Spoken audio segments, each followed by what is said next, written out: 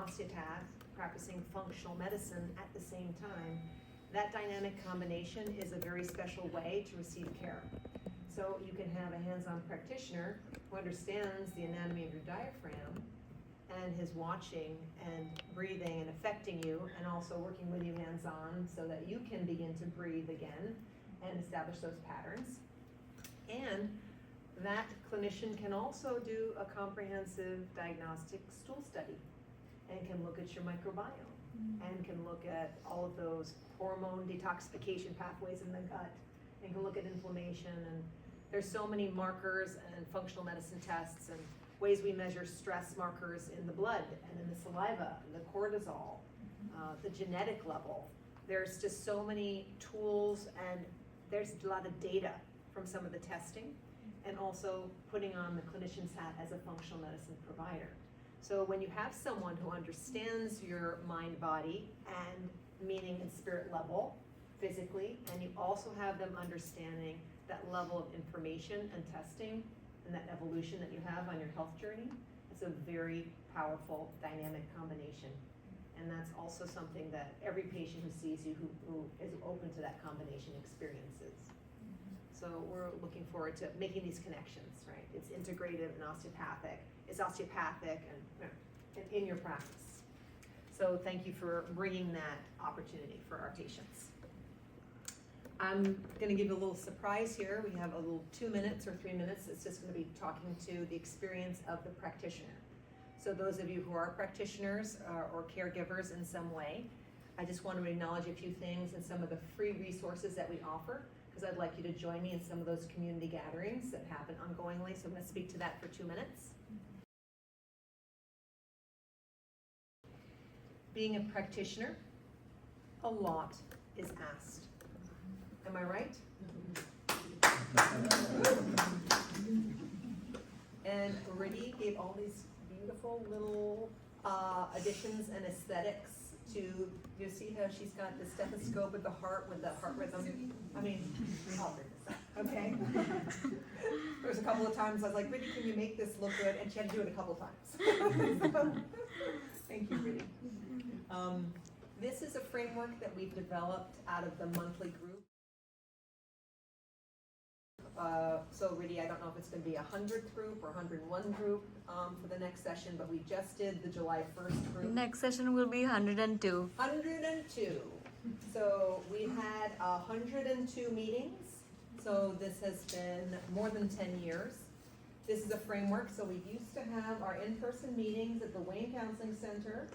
And then during the pandemic, just as we're speaking to, going online and continuing, you're going to say? And I want to comment, I met my other partner who started Functional Forum at your meetings in the Wayne Counseling Center. Hey. 10 years ago. 10 years ago. Okay, so 10 years ago, something happened in the Wayne Counseling Center. Thank you. And now you meet not in person, you meet online with this practitioner? Right now, we're meeting online, and we'll see whether or not we go hybrid or if we stay online. But it's always an option to consider that in person, but we'll always have a virtual component to these meetings because we have people come from all over the world and far away from Hong Kong. The most recent meeting on July 1st, we had a clinician who was in California. So this is an 8 o'clock in the morning meeting. So guess how early that is in California? 5 a.m. joining our meeting. Dr. Brasno was amazing. I have some of the testimonials from last month's meeting. I was going to read them, but the phone is with Riddy, so you will not be hearing the testimonials. But if you sign up for the group, you'll get the testimony, meaning what did I receive from the group this month? It's great to just sign up for the group, even if you don't come. You'll get the brief meditation that we do to center, and you'll also get what people shared they received, so you can receive that, even if you can't make it. So we'd love for you to sign up. And this is a framework that we have for well-being that literally I put on the whiteboard in the Wayne Counseling Center. And it speaks to the fact that our mindset, what we're allowing in, how we're receiving information, our consciousness, our sense of community and connection with our body, with others, our connection with nature, our community, and our emotional health, our boundary, how we're managing ourselves emotionally. These are really important components for us to be well as providers. And some of the formal and moment-to-moment practices that help to cultivate that. And this is an invitation to all providers in this room right now for you to, even if you don't attend, but to sign up and register and receive vicariously. Our next meeting, source support for you and the full transition. This is an embodiment process, clinician embodiment. That's the full transition to being an integrative provider in all of our different modalities. August 5th, and the meeting, if you do attend it in person, is a Monday morning 8 to 9:30 meeting. You'll see me and Riddy there. Our specific focus in August is healthy emotional boundaries.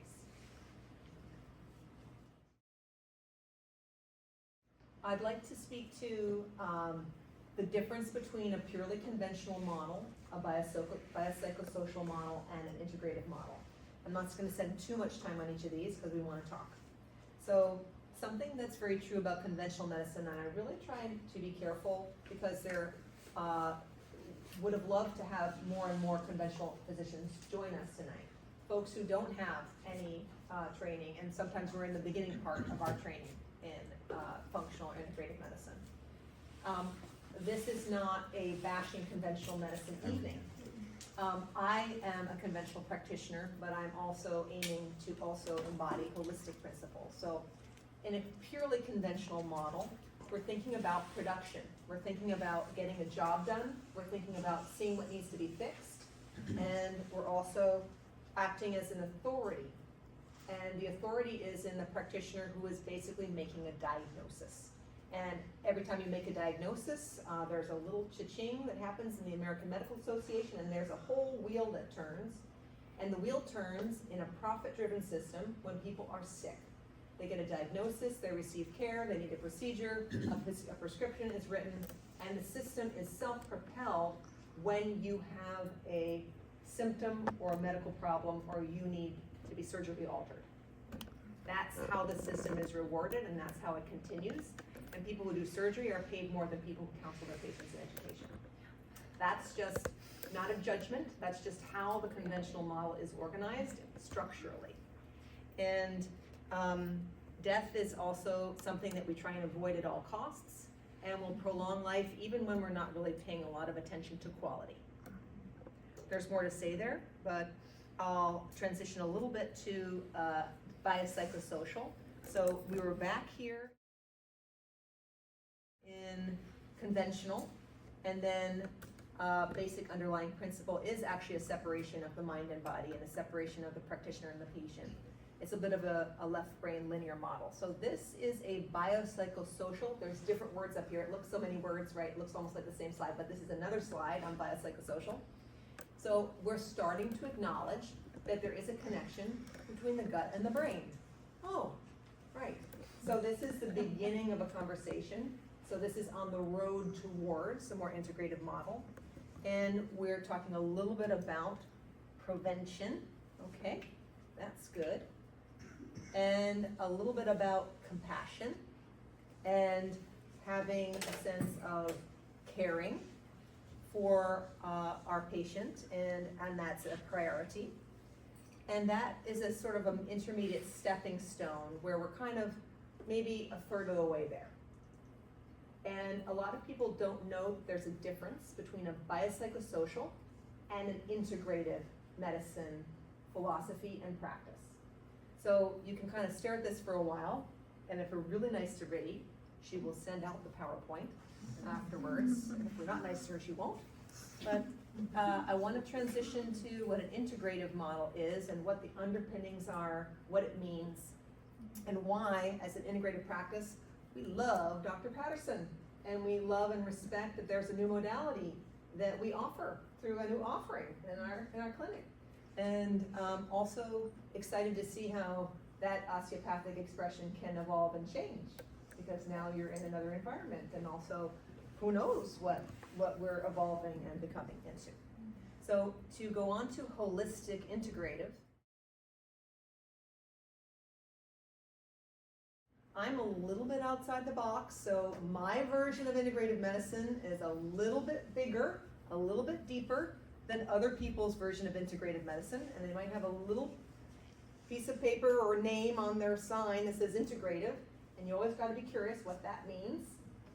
So for me, and this is also taken from some of the books that I read and the people that I follow, there really is a oneness that is underlying everything. It's not just the person, but that we are actually connected to, and we are nature.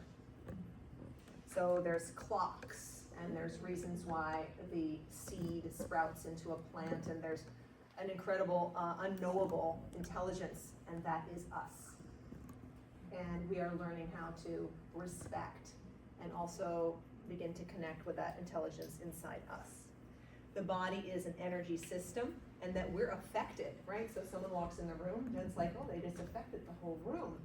So we're affected by the movement of the stars and the planets and the different people and the constellations in our family and the constellations in the room and the constellations that we create, and hopefully the supportive networks that help us remember who we are. So healing the whole person in a whole life context. So sometimes you'll be in a patient appointment and something will come up and you'll start to talk about something that you didn't expect you're going to talk about. As a practitioner or the patient, it's like you actually need to talk about a whole other level. And that's because we're not just talking about the test result. We're not just talking about, okay, I'm here because I got IBS and I really need you to help me stop having this diarrhea I've had since I was 8 years old. And I have this COVID and it's been 2 years and I'm really tired and my brain doesn't work and I want you to help me. So we're kind of going and acknowledging, respecting those needs, but also going to another level of healing and listening. There can be an essential unity of practitioner and client, and to me that means something that is good for the client should also be good for me. Something that's good for me should also be good for the client. So something that is good for one is good for all. So I'm not going to sacrifice and actually just sort of keep on serving, and there's a unit and there's a relationship and there's a health on both sides. Authority is inherent in the person, so we want you to take responsibility for yourself. I'm not going to do this for you, right? So that's a conversation that happens over and over and over again. And if the environment is right, sometimes some of those conversations can start to happen even before the practitioner needs to do that over and over again in the one-on-one conversations. We want the healing environment to be inspiring this, like you kind of get this as early as possible as in the clinic. There is a long-term focus on health. Imagine the focus is on health, on well-being. And other pieces that are important are the underlying principles and the values are integrating, connecting, and being in a sense of fluidity and unknown, right? It's not like a protocol and everyone has rheumatoid arthritis for the same reason. There can be different reasons that someone arrive at an autoimmune state. So there's a fluidity, a multimodal mode, and also it's a little bit more right brain. So also just want to focus on, I just emphasize embraces multiple healing modalities. So you don't do that as much in a conventional. Like when you go to you're having an appointment with your primary care, they're not actually talking about modalities.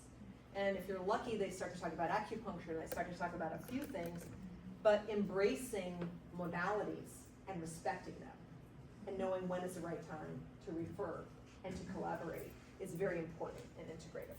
So I just wanted to speak to that a little bit, and I want to keep going. So I just wanted to say that in our clinic, your life has a purpose. And you might be on your journey to get back to that purpose. So there might be a lot of symptoms, right? But also, what is it that you're wanting to be able to do that the GI symptom or the fatigue or whatever it is that's interfering or blocking you or whatever the restriction might be, what is your reason? And we're helping and wanting to know what that reason is and help you get back to that. Symptoms and irregular abnormal test results are actually welcome because they are clues. So often patients will be anxious and they'll say, I saw a lot of problems on my test results and that cholesterol does not look good and that one was abnormal and I need some help. I need to get this done and there's a lot of things to work on here. And every one of those test results is a clue to the mystery and is welcome and it's giving us information because the body doesn't speak English. It's a journey, it's a relationship. We want to cultivate those relationships. It's really hard when we have a provider who leaves our practice because that practitioner has developed those relationships, and we want also our patients to always know that there's a team treating them. But it is by nature a relationship where you're trusting someone, you're getting to know someone, and they're getting to know you. We want to and hope to and aspire to care about each other as a practitioner team, and we want to care about you and not have you want to need us. We want you to get back to your life and hopefully refer all your friends and family, because we're not going to have patients forever, because we're not having you come back. We want to help and have you move on and help us stay sustainable. So thank you for referring patients to us. Our mission is to empower, inspire change, and create trust with patients, our providers and staff, the functional integrative medicine community, and ultimately the medical and global community at large. Philadelphia Integrative Medicine integrates the best of conventional and complementary medicine to give you the tools to be well. So this is our team. And one of the reasons that I hired Amy Nutter is because she really embodies the integrative and holistic approach, including the spiritual level in her care. And she is an extremely mature and incredible new team member on our team. And I'm so sorry you don't have a chance to meet her in person, but she has so smoothly and I almost want to say quietly, but it's a very quiet power, has just slipped right in like she was there the whole time, and is our newest team member. You'd never know it. So Amy, looks like Amy got all the Yeah, she got the tangles. She got the tangles. I thought you said dangles, Katie, but she's got the dangles here. So Amy came to us the first time we ever hired a nurse practitioner who already had Institute for Functional Medicine certified practitioner status. So that takes years to get IFMCP, and she had that before she even came to our practice. And we're so glad that she is here. You know Dr. Patterson. Linda hasn't had a chance to say a word, but she's been right over here with us all night. When you see one of us, you see all of us. And we also have been getting some acknowledgments in the community from our conventional and our more integrative colleagues for the care that we've offered over the decades. So I forget what the next slide is. Okay, it's the summer sale. Thank you for making this slide so beautiful, Riddy. Look at the palm fronds. Look at the fuchsia italics sale. We have a summer sale, and this is also to say, look at the hat. Look at the beach hat. I just wanted to include, yes, of course, we have a 20-minute free consultation. We have many clinicians who come to see us to receive care in order to receive confidential care at that level of mind, body, and spirit. And so I just want each of you to know, whether or not you're a prospective patient as a clinician or not as a clinician, that we aim to serve all of you, and we do serve, and it's a great joy to serve practitioners and people of the community alike. So we just wanted to mention one more thing, and then we get to our interaction. And maybe we will do a little demo. Maybe we'll see what time it's, I don't know. Jen has brought her table, and it's possible, we'll see. So we'll invite each of you to subscribe to our newsletter. And we do have events, fun stuff like this, and we also have the monthly group for practitioners, but we aim to serve our patient community. And this is an invitation for you to sign up for the newsletter.